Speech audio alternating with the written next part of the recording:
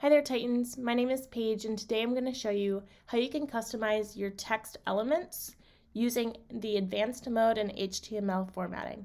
So right now I just have a simple hello at the start of my survey, but if I turn on advanced mode, then I can go into settings here and do a lot more customizing for this text element.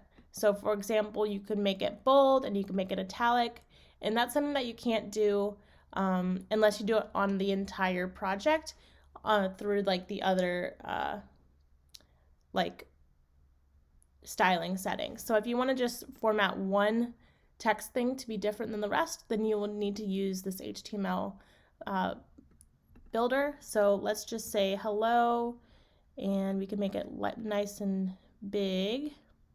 And then I can also, what's really cool about this functionality is that you're able to insert fields.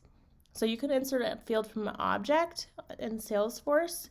You can also use a parameter. So here I have a name that I'm going to choose, or you can choose a field from another slide. So I'm going to choose my name parameter. And now when I click apply, we have this formatted in a totally new way. So let's now preview it together, and I will drop in a let's go ahead and get a contact ID so we're able to see that get run. It's this one.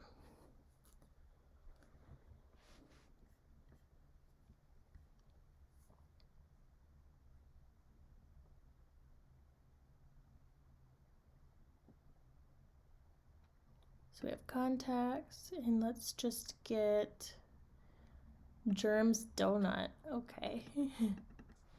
Copy, and now we can launch the site. And up here, I'm just gonna say in contact ID equals, and I'm dropping in his contact ID right here. So now it's getting it, and it says, hello, Germ's donut. And then he can start his survey.